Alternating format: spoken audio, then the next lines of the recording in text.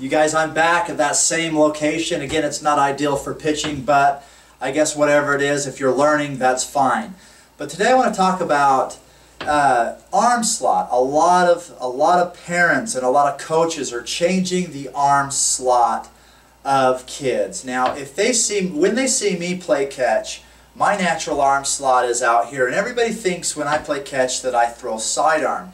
In our reality, it actually is a 3/4 arm slot. So they look at me as the pitching coach the first time they're there, and they're thinking, "My word, you're throwing sidearm." And the kids might say that too. And I'm like, "I'm not throwing sidearm. I'm throwing the way that I feel like I should, and it feels great. I've never had any arm problems in my life."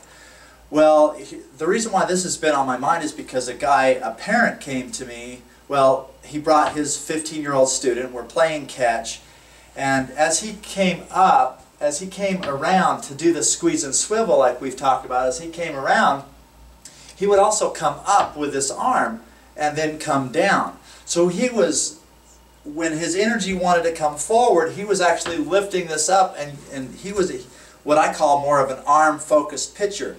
So again, he was arm-focused, not necessarily legs, hips, core focused, entire body focused when he was throwing the baseball. So I talked to his dad and I said, "Well, who taught you?" Well, I talked to the student and his dad was there, and I said, "Well, who taught you how to throw up like this and then down?" And he's like, "Well, my dad showed me how to do that."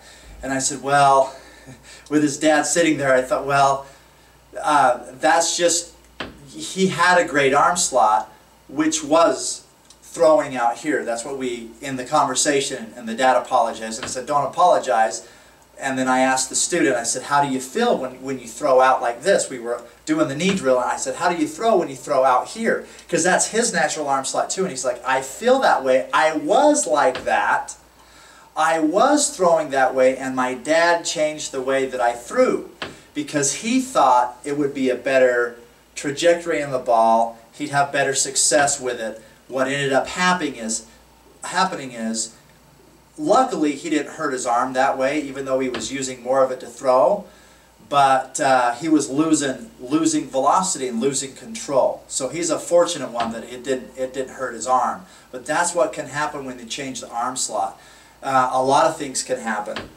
Okay, so what do you know what arm slot is best for you? Well, when you start from throwing a baseball is from your feet to fingertips. When you figure out where to place your feet, how to have that explosive stride, when to rotate your hips, when you're finding out all of that information, you can tell after a long time, you can tell, after a lot of years of experience, what I mean to say, you can tell when a kid's really kind of forcing his arm to throw the baseball instead of just having that nice relaxed arm.